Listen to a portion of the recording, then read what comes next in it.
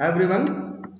आज चूंकि ढेर सारे बच्चों का एग्ज़ाम इस समय स्टार्ट होने को है, मैंने तो सोचा था कि सीक्वेंस से ही मैं वीडियो बनाऊंगा, लेकिन कुछ लोगों की रिक्वेस्ट थी कि सिलेक्शन सॉर्ट या सॉर्टिंग और डीएसए से स्टार्ट करें।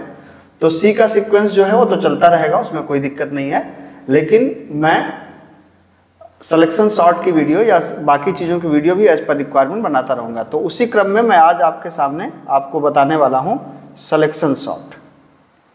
याद रखिए कि सॉर्टिंग जब आप डेटा स्ट्रक्चर में पढ़ने जाते हैं तो डेटा स्ट्रक्चर में सॉर्टिंग मल्टीपल टाइप्स की होती है, जिसमें अगर हम लोग कुछ सॉर्टिंग के नाम लें तो selection sort, bubble sort, insertion sort, merge sort, heap sort, quick sort, count sort, radix sort, ये सारी होती हैं और हम लोग वन बाय वन सबको पढ़ेंगे।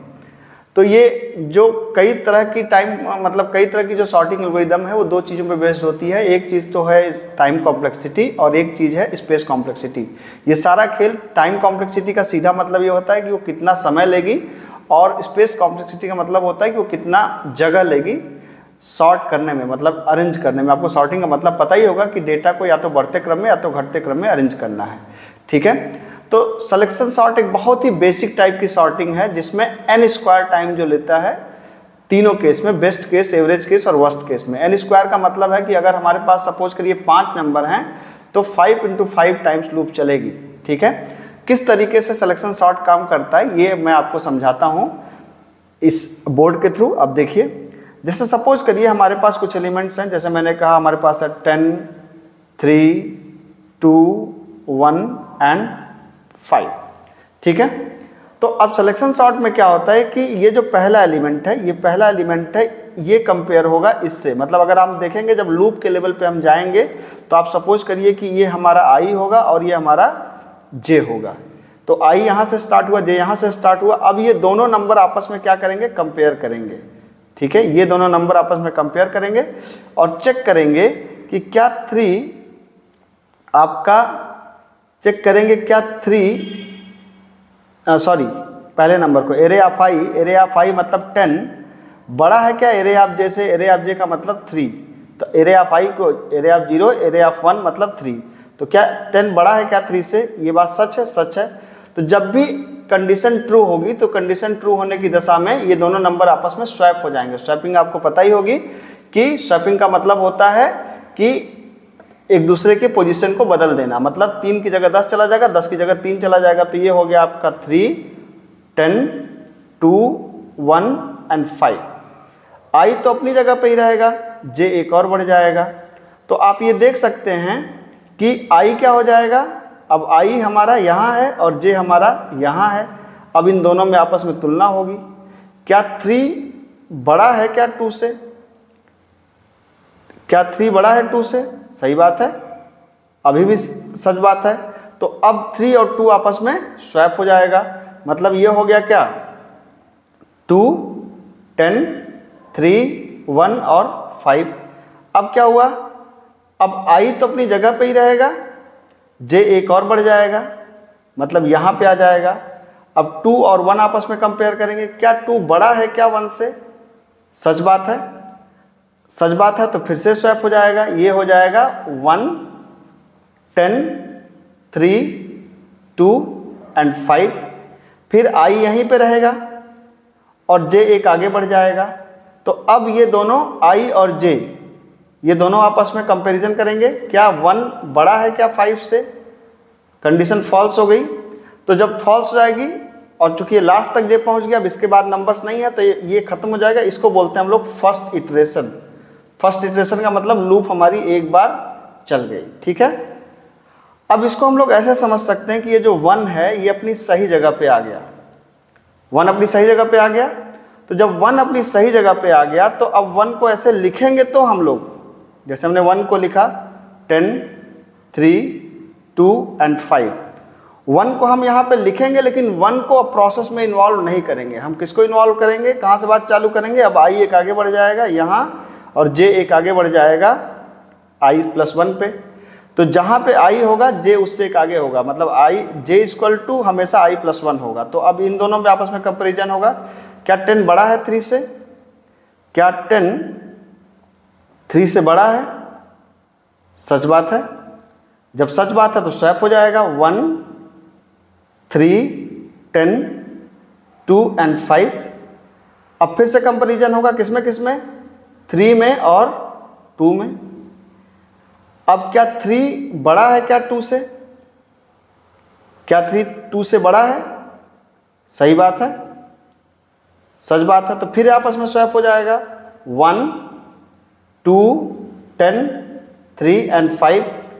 फिर अब i जहाँ पे था वहीं रहेगा, जैसे i यहाँ पे है, j यहाँ पे है, i यहाँ पे है। अब देखिए j एक आगे बढ़ जाएगा यहाँ पर, मतलब i यहाँ पे है, j यहाँ पे है, 2 और 5 आपस में कंपेयर हो गए। क्या 2 बड़ा है क्या 5 से, नहीं, कंडीशन फॉल्स हो गई। जब फॉल्स हो गई तो ये खत्म हो जाएगा और ये आपको बन गया कौन सा, सेकेंड इटरेशन, मतलब सेकेंड टाइम हमारी लूप चल गई।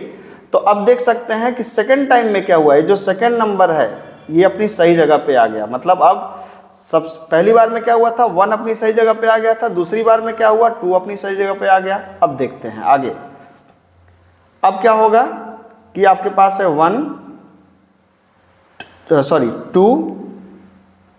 10, 3 और 5, 1, 2, 10, 3, 5, ठीक है। तो 1, 2, 10, 3, 5 अगर हम लोग इसकी बात करें तो अब देखिए 1 अपनी सही जगह पे है, इसको छोड़ दीजिए, 2 अपनी सही जगह पे, इसको छोड़ दीजिए। अब आई यहाँ कहाँ पे आएगा, आई आएगा हमारा 10 के पास में, एक आगे बढ़ जाएगा, हर पिछली इटरेशन से एक आगे आ जाएगा। फिर 5 सॉरी जे कहाँ पे आएगा, i+1 पे, यहाँ पे। तो 10 और 3 आपस में क्या करेंगे, आपस में कंपेयर करेंगे। तो क्या 10 बड़ा है क्या 3 से, कंडीशन ट्रू है, कंडीशन ट्रू है तो ये स्वैप हो जाएगा, ये हो जाएगा 1, 2, 3, 10 एंड 5। फिर क्या हुआ, अब आप देख सकते हैं कि i कहाँ पर है, i तो अपनी जगह पे ही रहेगा, लेकिन j अभी सेकेंड लास्ट पे था, j चला जाएगा अब लास्ट पे। तो अब इन दोनों में आपस में कंपैरिजन होगा, क्या 3 बड़ा है क्या 5 से, नहीं, फॉल्स। अब j लास्ट में चला गया तो ये खत्म हो गया आपका थर्ड इटरेशन, ठीक है। उसके बाद अगर मैं देखूं तो लास्ट में क्या है, तो 1, 2, 3, 10 और 5।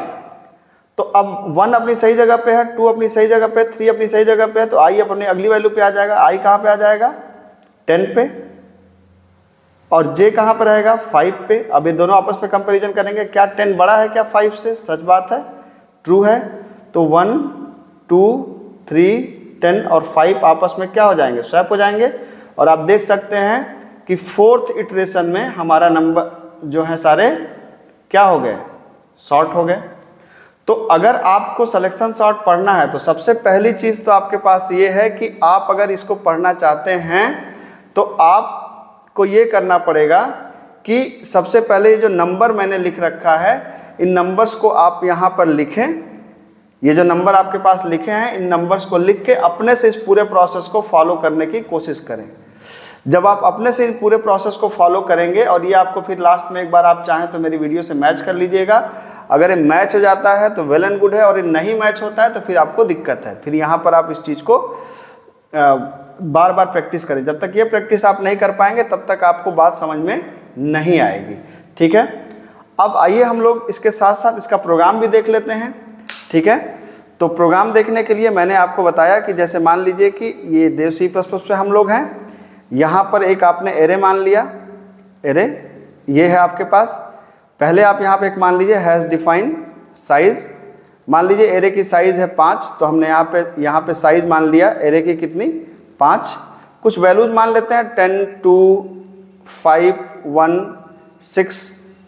अब हमें इनको सॉर्ट करना है, तो सॉर्ट करने के लिए हम लोग क्या कर सकते हैं, मान लीजिए कि मैंने एक फंक्शन बनाया है, 2 फंक्शन बनाया है। इसको प्रिंट करने के लिए हमने इसको बनाया कि या तो अगर मैं बहुत बेसिक तरीके से करूं, कॉम्प्लिकेशन इसमें ना बढ़ाते हुए मैं सिंपल इसको करता हूं, तो मैं पहले इसको एक मान लीजिए कि मैंने फंक्शन बना लिया, थोड़ा सा और सिंपल करते हैं इसको। जैसे एक फंक्शन बना लिया तो आपने कहा वाइड प्रिंट एरे, तो एरे को प्रिंट करना है तो हमने यहाँ पे int एरे ले लिया, एक आर्गूमेंट हमारा है, और दूसरा क्या है हमारा साइज है उसका, तो s आर्गूमेंट है।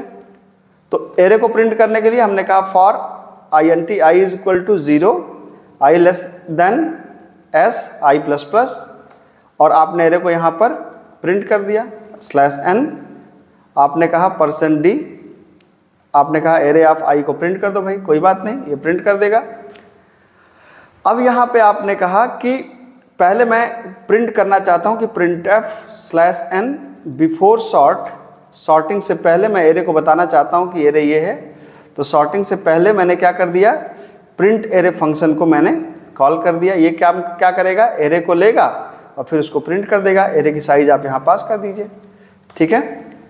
तो अब सॉर्टिंग के बाद, अब हम सॉर्टिंग कराना चाहते हैं, तो सॉर्टिंग के लिए आपको क्या करना होगा, आप एक यहाँ पे फंक्शन बनाइए प्रिंट, मान लीजिए मैंने फंक्शन का नाम रखा सिलेक्शन सॉर्ट।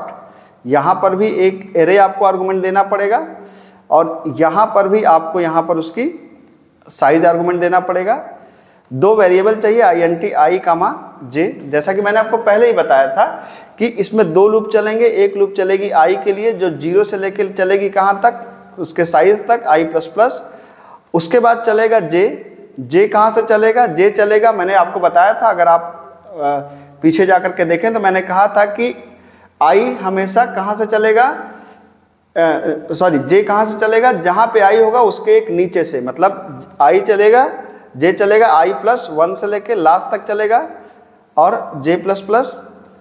अब क्या है कि अब यहाँ पे नीचे अगर आपको याद हो, तो अगर आपने यहाँ पे आपको जरा भी याद हो, तो यहाँ पे हम लोग क्या कर रहे थे, हम लोग ये बार बार तुलना कर रहे थे। इस जगह पे हम लोग जाके बार बार तुलना कर रहे थे। तो तुलना किस में कर रहे थे, एरे ऑफ आई में और एरे ऑफ जे में तुलना कर रहे थे।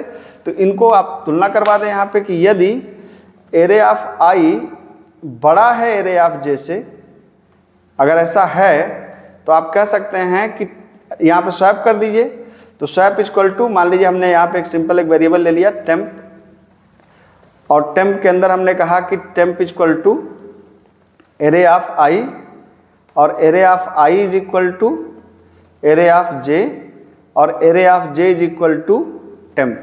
ये बिल्कुल वैसे ही है जैसे आप लोग लिखते हैं कि c equal to A equal to B, B equal to C. तो simple temp equal to array of I equal to array of J equal to temp. ये स्वैपिंग की लॉजिक यहाँ पर हम लोग लगा रहे हैं।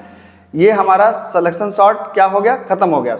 तो आपकी पहली लूप चली आई के लिए, दूसरी लूप चली जे के लिए, यहाँ पे कंपैरिजन हुआ, और ये कंपेयर करने के बाद मतलब आप समझिए कि ये जो मैंने यहाँ से यहाँ तक का लिखा, यही आप इसी को चाहे एल्गोरिदम समझ सकते हैं, चाहे इसी को आप फंक्शन समझ सकते हैं। तो ये मेन पार्ट है। जैसे अगर कभी एग्जाम में आता है कि आप सिलेक्शन सॉर्ट का सिर्फ फंक्शन लिखें, तो सिर्फ आपको इतना लिखना है, पूरा प्रोग्राम नहीं लिखना है, ठीक है। और इसको अगर आप समझना चाहते हैं कि ये क्या काम कर रहा है, तो अगर ये आपको समझना है तो वापस आपको ये वाला स्ट्रक्चर देखना पड़ेगा, ये जो मैंने आपको बताया है। ये जब आप देखेंगे तभी आपको ये समझ में आएगा कि ये हमारा क्या काम हो रहा है यहाँ पर। ये आपको, तो इसको जब देखकर आप समझेंगे कि ये क्या काम हो रहा है, तभी आपको समझ में आएगा कि जब यहाँ से 1 बाय 1 आप ट्रेस करेंगे तभी वो लॉजिक आपको जाकर के क्लियर होगी, ठीक है। अब यहाँ पर एक बार सिलेक्शन सॉर्ट की लॉजिक हमने लिख लिया। अब इसको आप चाहें तो कह सकते हैं यहाँ पर कि सिलेक्शन सॉर्ट फंक्शन को कॉल कर लीजिए कि भैया आओ तुम सिलेक्शन सॉर्टिंग कर दो, एरे को लो और ये लो साइज को ले लो। फिर इसका काम क्या होगा कि यहाँ पर आपने बताया यूजर को कि भाई सॉर्टिंग से पहले ये था, फिर आपने उसको सॉर्ट करा दिया। फिर आप कह सकते हैं क्या, आप कह सकते हैं कि सॉर्टिंग के बाद ये हो गया, तो आप कह सकते हैं आफ्टर सॉर्ट क्या हो गया, ये हो गया। अब आप इसको देख सकते हैं, हमारे पास एलिमेंट हैं 10 2 5 1 6। मैं इसको ऐसे प्रिंट करा देता हूँ, /n की जगह यहाँ पे मैं /t लगा देता हूँ, जिससे एक ही लाइन में प्रिंट हो जाए। तो आप देख सकते हैं यहाँ पर कि अगर मैं इसको रन कराऊँ तो बिफोर सॉर्ट 10 2 5 1 6, कहीं मैंने कुछ गड़बड़ करी, एक बार चेक कर लेते हैं हम लोग। i 0 से लेके s तक, j i+1 से लेके s तक, j++ एरे ऑफ, सॉरी यहाँ पे देखिए मैंने लिखा था एरे ऑफ, बोला तो i था, लिख दिया j। तो एरे ऑफ i बड़ा एरे ऑफ j से, temp equal to array of i equal to array of j equal to temp. ये बिल्कुल सही हो गया। आप रन करा दीजिए। तो सॉर्टिंग से पहले आप देख सकते हैं 10 2 5 1 6 है और 1 2 5 6 10 ये अरेंज हो गया आपको असेंडिंग ऑर्डर में। सॉर्टिंग के बारे में मैं आपको एक चीज़ बता दूं कि सॉर्टिंग आपको तभी आएगी जब पहले आप पेपर वाला प्रोसेस कंप्लीट कर लेंगे। जब तक आप पेपर वाला प्रोसेस कंप्लीट नहीं करेंगे तब तक ये प्रोग्राम आपको समझ में नहीं आएगा। तो एक बार पेपर वाला प्रोसेस करने के बाद आई और जे के हिसाब से एल्गोरिदम को मैच करिए, तभी जाके क्लियर आपको समझ में आएगा। किसी भी तरह का कोई डिस्कशन हो, डाउट हो तो मुझे कमेंट करिए।